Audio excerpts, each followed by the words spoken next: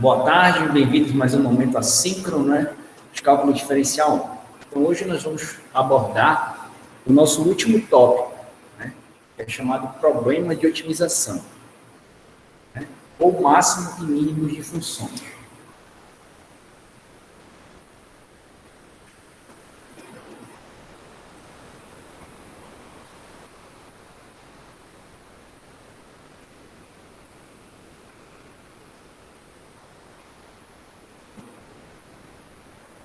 Máximo e mínimo de funções.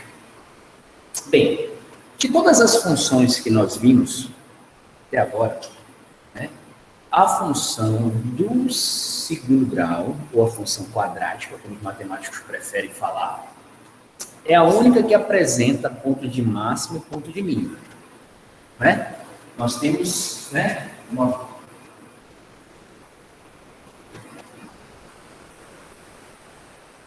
a forma dela é esta, certo? E o gráfico dela, se o A é positivo, nós temos uma concavidade assim. Se o A é negativo, nós temos uma concavidade assim. Né? Independente da posição relativa aos eixos x e y. Certo?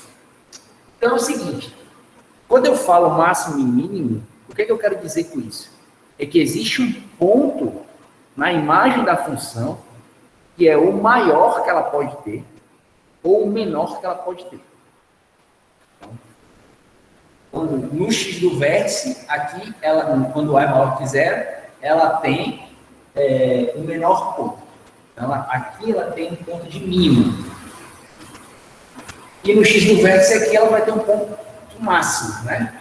Que vem daqui e vai para o menos infinito, e aqui cresce desse número até para o mais infinito. Função constante, já está dizendo, ela é constante. Tá? Nesse problema de otimização, existe o caso em que é indiferente, que não é nem ponto de máximo, nem um ponto de mínimo, mas é um ponto de equilíbrio. Tá? A função do primeiro grau, como é uma reta, ela cresce finitamente, então ela não tem nem mínimo nem máximo. Né?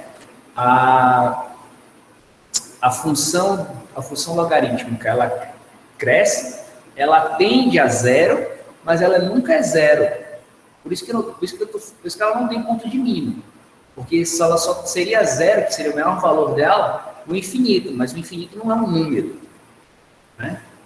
E a função logarítmica, como ela vem da outra, também não vai ter. Né? E a função seno e cosseno são funções periódicas. Então, né, ela até tem o valor máximo, né, e tem o valor mínimo, dependendo do intervalo que você for considerar. Tá?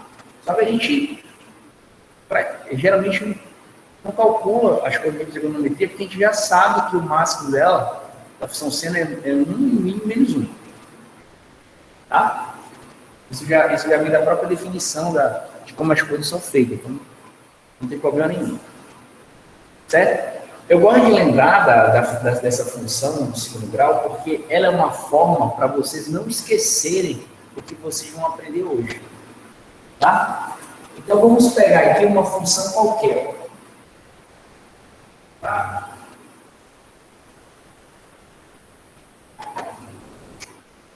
A princípio, não é nenhuma conhecida.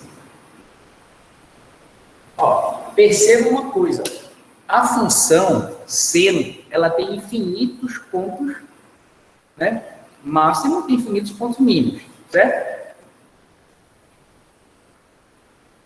Então, assim, o caso da função, da função quadrática, ela só tem um ponto, ou máximo ou mínimo. A função seno tem os dois. Então, pode ter outras funções, pode ter 3, 4, 5, 10, não importa. O algoritmo que a gente vai usar para descobrir esses pontos é o mesmo. Agora, entender o algoritmo primeiro. Imagina aqui que nós temos essa curva aqui. Certo? Bem, esse ponto aqui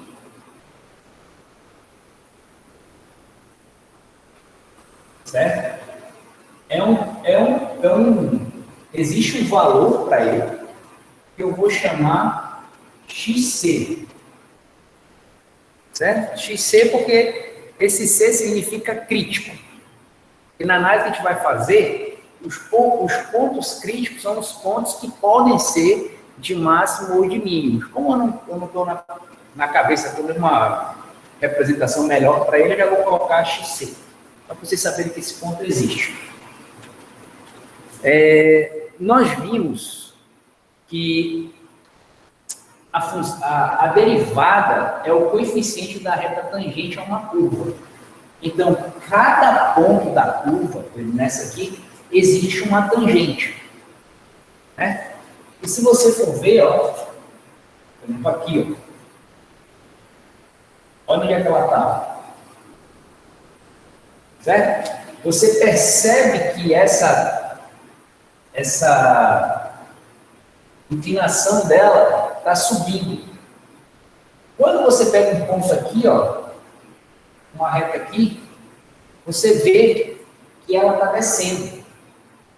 Certo? Então, ó, derivada não é a taxa de variação de uma coisa com a outra. No caso, quando você dá um número, é o coeficiente angular. Então, está dizendo que o coeficiente angular aqui da reta é positivo. E aqui o coeficiente angular da reta é negativo. Então, nós vamos usar, né? Lembre-se, que o coeficiente angular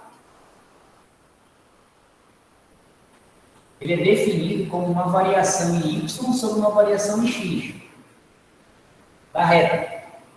Né? Então, nós temos y1, y0, x1, x0. Isso é um número. Tanto é que tudo está com índice. É um número. Eu não estou me preocupando aqui na derivada como uma função. Eu estou preocupando ela como um número. Certo? Então, o que nós podemos fazer?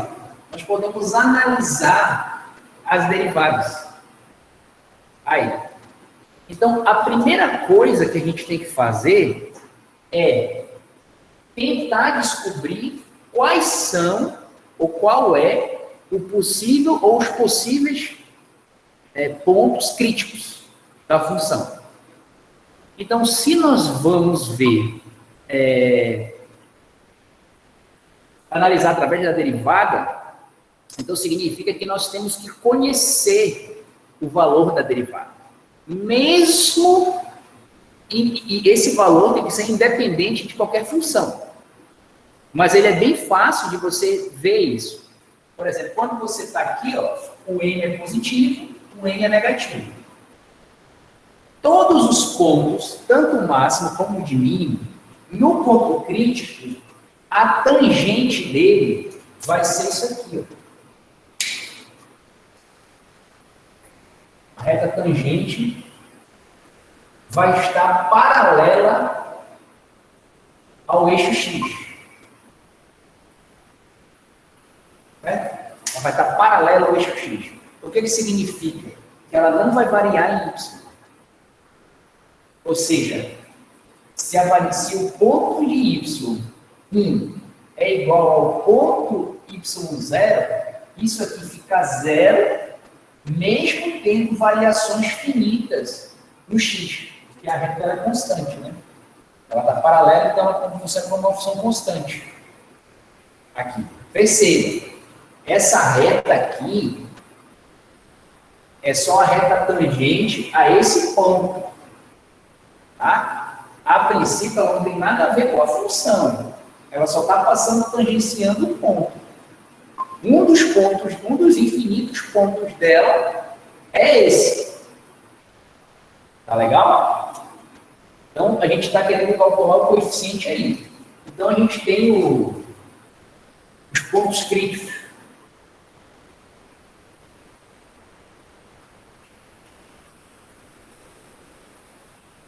Vou botar 40. Pontos críticos.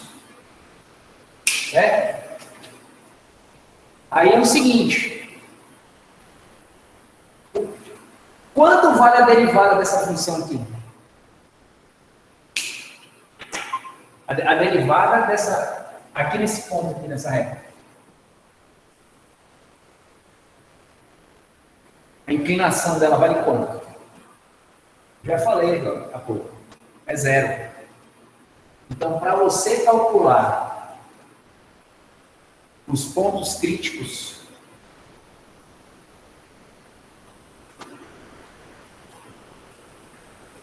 você tem que calcular a raiz da primeira derivada. Certo? Quando a primeira derivada for zero, você vai estar diante de um ponto de máximo ou de mínimo ou um ponto indiferente, o que é chamado às vezes ponto de inflexão ou ponto de equilíbrio estável. Ok? Depende de com quem você está falando, entendeu? Se é com matemático, se é com físicos, se é com engenheiro ou se é com químico. Cada um vai dar um nome, mas no final é a mesma coisa. O que interessa é você saber o que é, como fazer. Então aqui é zero. Então você vai calcular isso aí. Tranquilo? Bem, depois que você calcula isso aqui, eu vou colocar aqui, ó,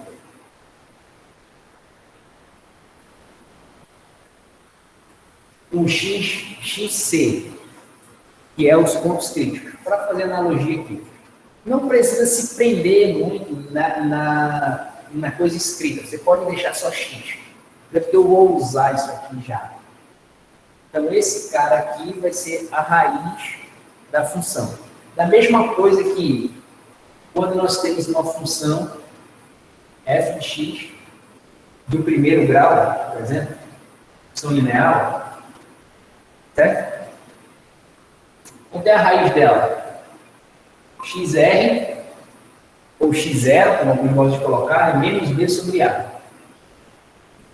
Então, você poderia colocar assim, a imagem da função do ponto R, que é o ponto da raiz, R de raiz, é zero. Então, é por isso que eu estou chamando dessa forma.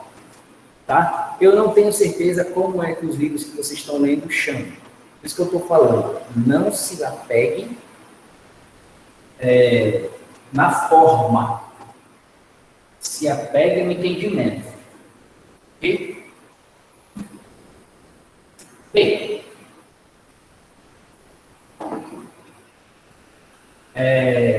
depois que você faz isso, você vai, esse é o primeiro passo, né? Ponto crítico.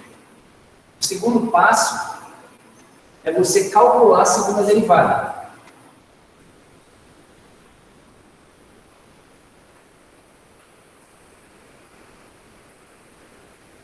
Segunda derivada. Certo? Da calculação da derivada, ou seja,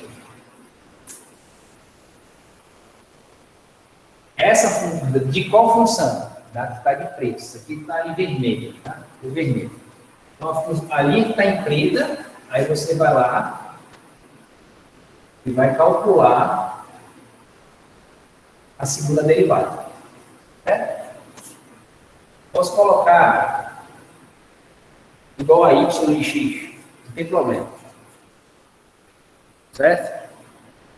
O que interessa é que você tem que calcular isso aqui. Aí perceba, vai o terceiro passo. Uma vez que você calculou isso aqui, você vai fazer verificação do sinal.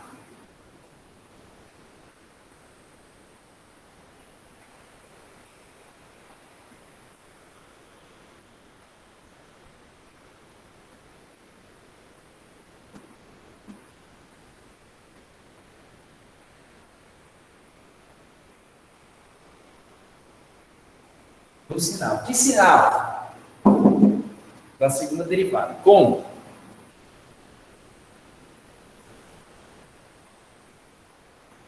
Vai pegar a segunda derivada, certo? Vai colocar no ponto crítico.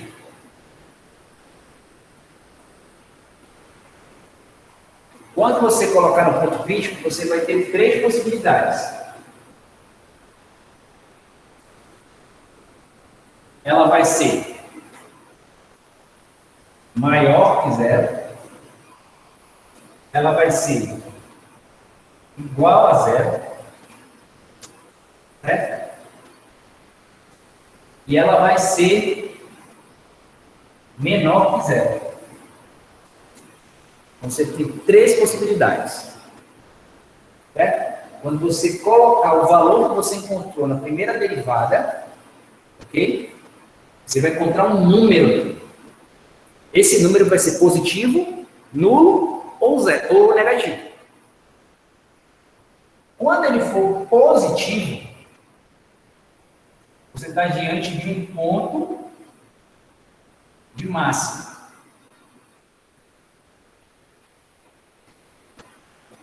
Quando ele for negativo, você vai estar no ponto de mínimo.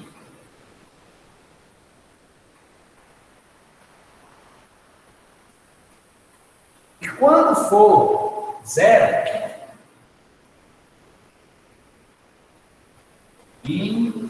indiferente.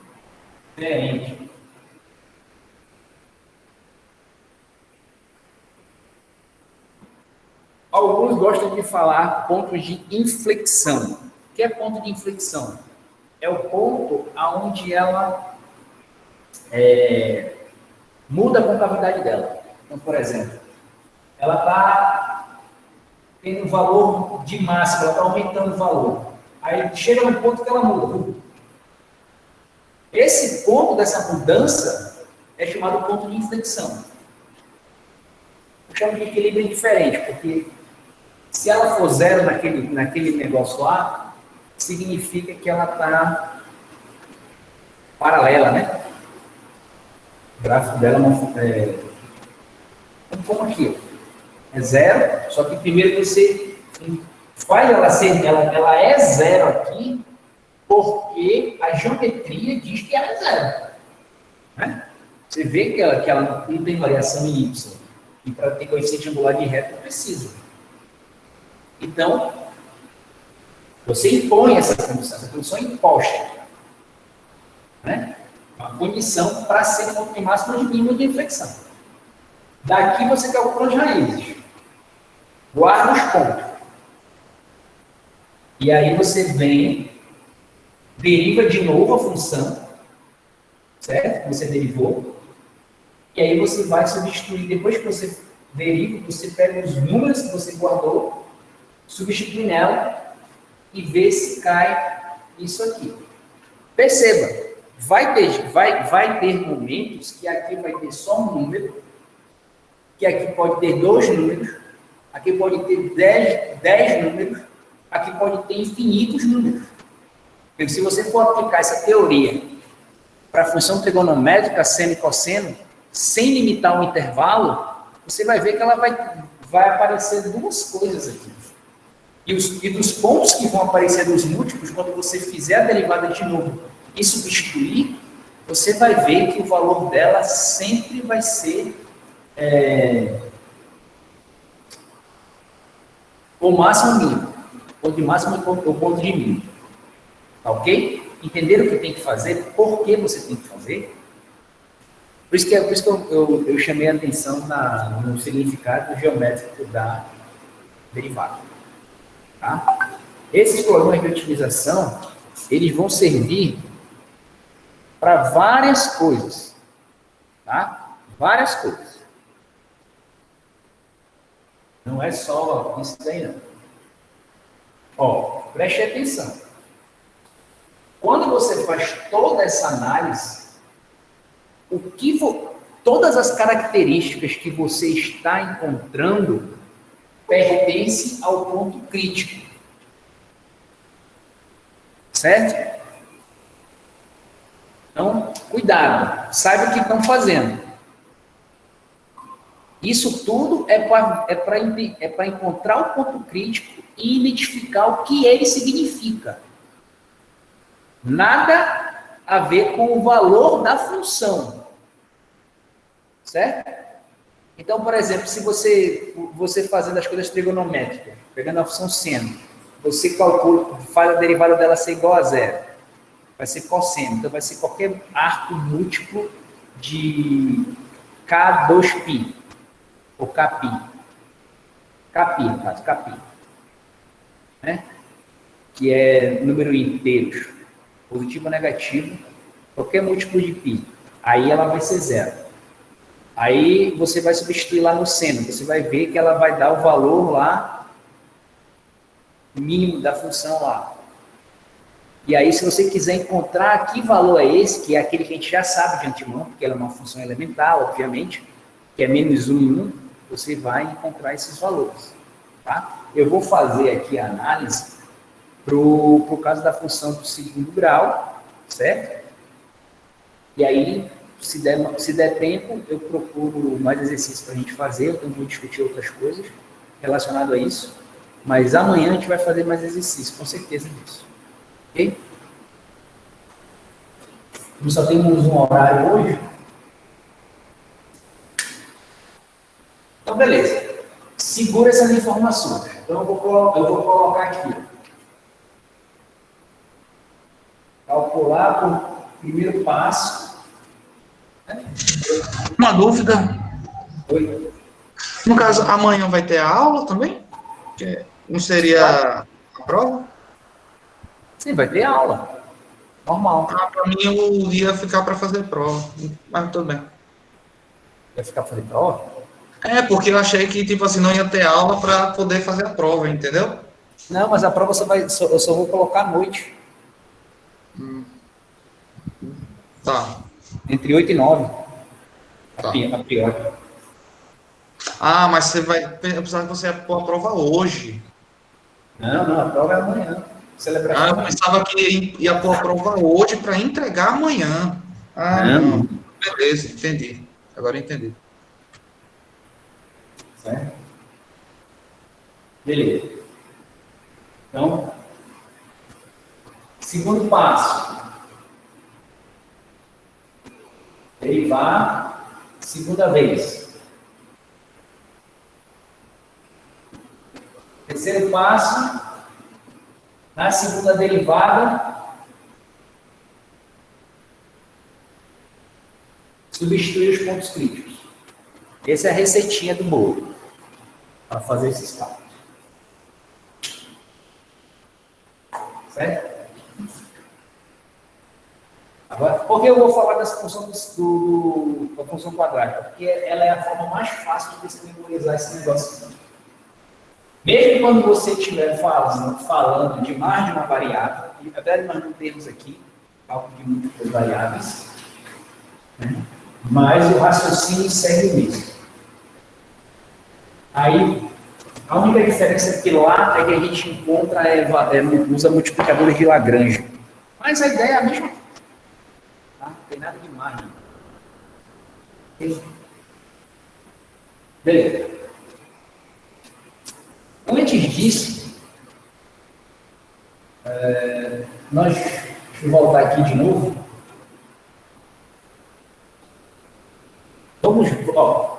Lembra que eu falei que se você for fazer uma teoria nova, tudo que você fizer na teoria, ela tem que resgatar tudo lá do fundo, né? Tudo que foi explicado pelas teorias anteriores a ela e fazer novas previsões das coisas.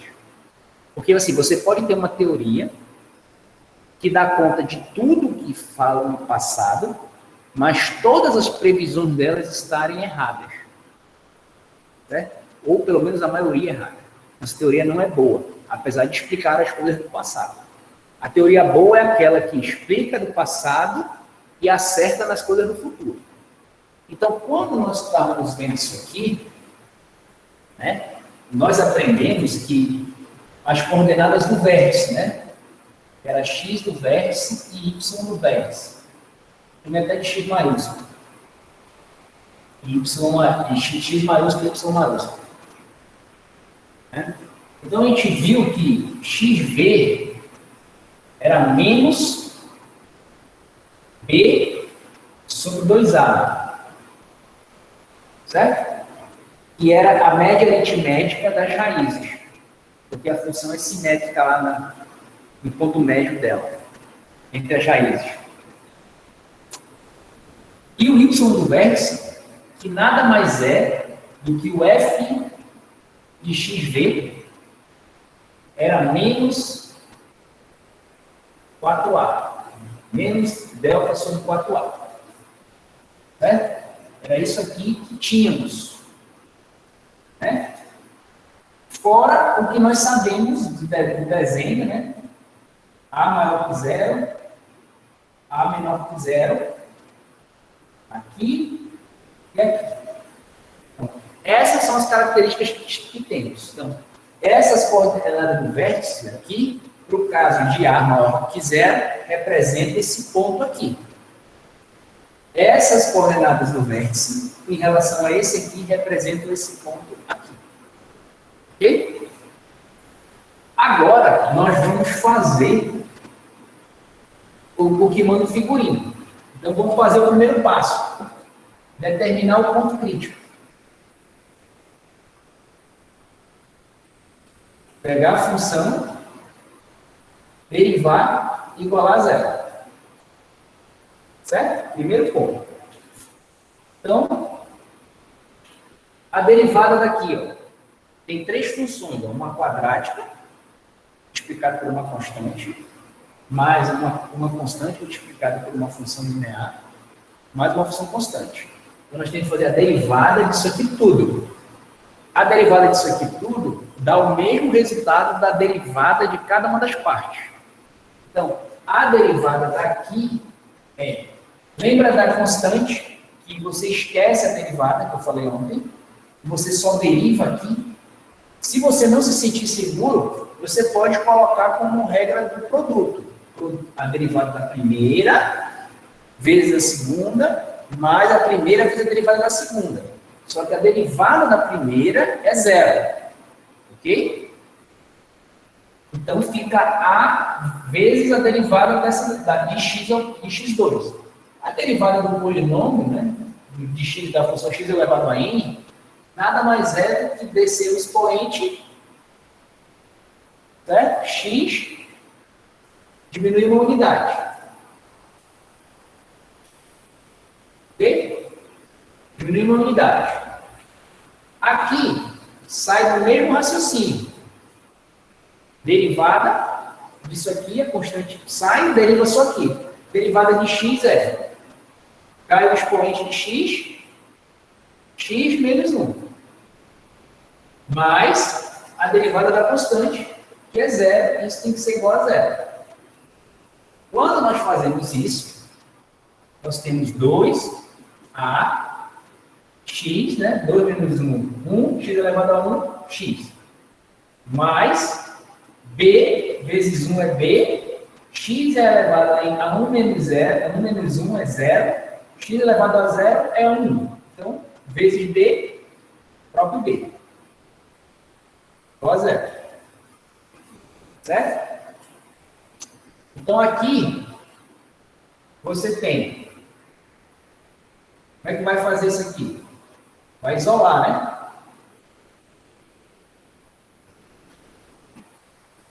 E tem x para um lado que não tem para o outro. Então, vai aparecer x menos b sobre 2a. Esse aqui é o único ponto crítico que a função tem.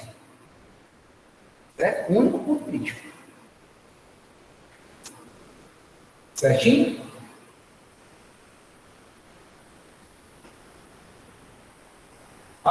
Eu estava explicando da trigonometria, é múltiplo de π sobre 2, tá? Eu falei sobre múltiplo de π. Desculpa lá, só está gravado, eu não vou editar.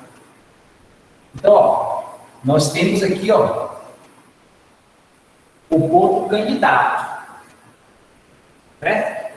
Agora, o segundo passo é derivar pela segunda vez essa função. Só que nós já derivamos ela aqui uma vez. Qual foi a derivada dela? A derivada dela está aqui, ó. 2ax mais b. Então, quanto é a segunda derivada agora?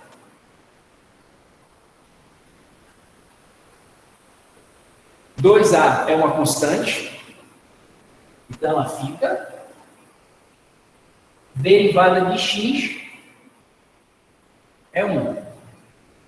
Então fica só 2a.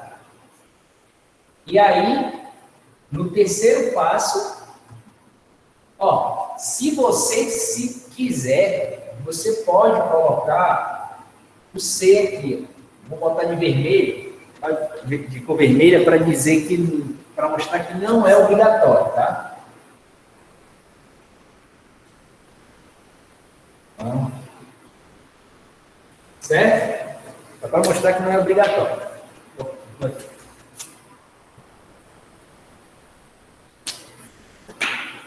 Então, aqui nós temos a segunda derivada. Agora, o que é que nós vamos fazer? Nós vamos pegar o ponto xc e substituir aqui. Certo? Perceba, isso aqui vai te dar um número normal. Qual é a função? Essa aqui. Ela depende de x? Não. Então, aqui vai ficar 2a. Então, na função quadrática, quem é o ponto crítico x dela? É o x do vértice, que é menos b sobre 2a. Quanto nós encontramos aqui? A mesma coisa. Então, minha teoria, minha não. Matemática, não sei quem fez, tenho certeza. Professor? Oi. Professor? É o que o meu áudio aqui cortou. Aí o ponto crítico é menos b sobre 2a. Que? Não, o ponto crítico... Menos b sobre 2a. Entendi. Beleza? Que é o mesmo daquilo, do x do vértice. Certo? Porque aqui a gente já sabe, pela simetria do problema, que é isso. Como eu mostrei lá na revisão do ensino médio. Essa teoria ela serve para qualquer função de uma variável. Certo? Então, se ela serve para qualquer uma, eu vou pegar uma específica que eu já conheço o resultado e vou fazer o meu teste. Ok? Então, a gente encontra isso aqui. Depois de derivar, vê que ela não depende. Então, ela vai ficar... esse ponto não vai ser substituído nenhum x aqui, porque ela não depende do x. Então, ó, 2 é constante e é fixo. É sempre 2. Não importa se você está escrevendo ele do arábigo ou não. Ele sempre é 2. O A, aqui, que vai fazer o papel de diferença. É o A que vai dizer se ele vai ser maior ou menor que zero. Porque, perceba, na função do segundo grau, da função quadrática, o A nunca pode ser zero. Então, ela não vai ter equilíbrio indiferente. Né? Ela só tem máximo ou mínimo. Então, o valor da segunda derivada no ponto crítico ou é positivo ou é negativo. Quando A é positivo, nós temos ponto de mínimo. Quando A é negativo, nós temos o ponto de máximo. Certo? Aí você pode perguntar, mas professor, tá, eu encontrei o ponto mínimo, beleza. Tem como eu saber o quanto vale nessa função? Tem. Você pega o x, o xc, vai na função original, que é essa aqui, isso aqui é f de x, né? Eu não coloquei lá específico, né? Certo? Você vai lá na f de x, substitui o xc, que é esse aqui, e você vai encontrar o que nós já sabíamos, delta sobre 4A. Certo? A gente já sabia desse resultado, desde antes de falar em derivada. Então, não fere absolutamente nada do ensino médio. Então, a teoria até agora está tudo certo. Quem vai dizer se ela está errada ou não são os testes, mas eu vou logo dizer aqui, ela está certa. Certo? Ela está certa. Entenderam aqui? Alguma dúvida?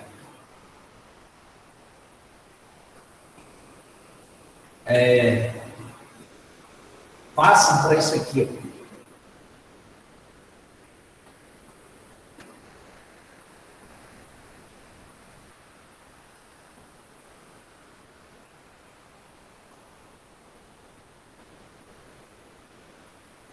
Para essa função aqui.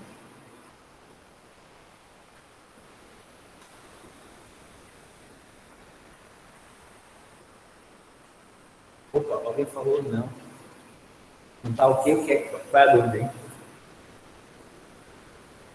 Não. Alguma dúvida? Não. Tá. Alguma dúvida? Não. Passa. Aquela função de cima do todo, está vendo, né? x2 menos 4. Assim, tenta ver os resultados que você já tem aqui. Né? Mas nunca esqueça de fazer o algoritmo, pelo menos de cabeça. Né? No caso, se eu pedir, encontre o ponto de máximo e de mínimo das funções na celebração, na última, você vai ter que mostrar todos os passos, independente se tiver ou não. E aí eu dei um exemplo das coisas que pode acontecer. Agora que tem máximo e mínimo. Agora eu vou pegar uma outra função, por exemplo, função de primeiro grau, ou função afim, os matemáticos preferem falar, e vou mostrar que ela não tem nem máximo nem mínimo. Olhando para a teoria até agora, você já sabe dizer o que é que implica a função não ter nem máximo nem mínimo, ou nem ponto indiferente? Só olhando para a teoria que foi falada agora.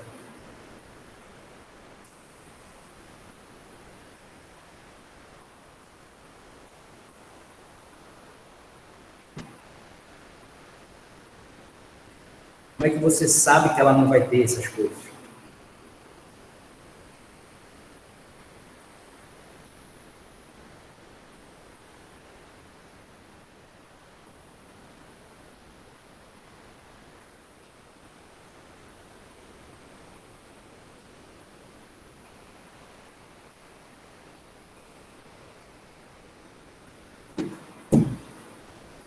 É que a segunda derivada não vai ser nula. A primeira derivada não vai ser nula.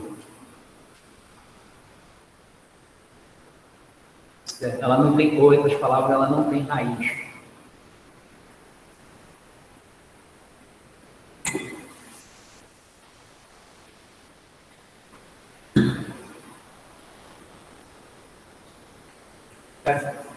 Vou fazer logo essa. Eu vi uma coisa que me perguntaram aqui no grupo, eu vou falar com vocês aqui, adiantar logo o serviço, e aí a gente vai ver o que ele faz.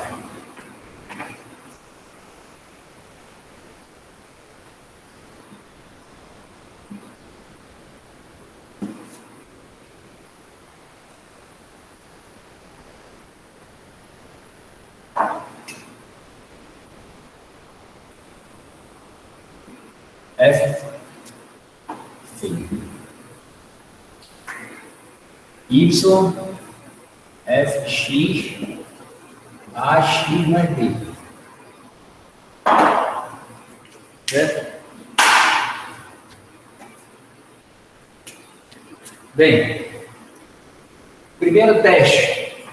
Primeira derivada tem que ser igual a zero. Certo? Então, derivando essa função, nós temos a derivada de x é 1 mais zero tem que ser igual a zero. Então, a é igual a zero. Tá vendo? Não tem como a derivada ser zero se o a não for zero. Certo? Ela não é nula, a primeira derivada. Ela depende de a. E o a não é zero. Nunca é zero. Por quê? Porque nós estamos falando de uma função de primeiro grau. Se o a for zero, se o coeficiente for zero, a função é uma constante. Aí não interessa ser ponto de mínimo ou de máximo. Entende? Até a derivada dela é zero, ou seja, ela não varia. Ao longo dos pontos, ela não varia em ponto nenhum. São constantes. Então, derivada, coeficiente, quando eu falo, às vezes eu vou falar que a derivada é variação, tá certo. Às vezes eu vou falar coeficiente de reta tangente, que é uma variação implícita de delta y sobre delta x. Tudo é variação. Tá? No final do dia. Ok? Então, isso vai implicar que ela não varia. Acabou. Então não tem. Certo? Bem, eu vou desligar aqui a gravação. A gente vai conversar um negócio que não tem nada a ver aqui.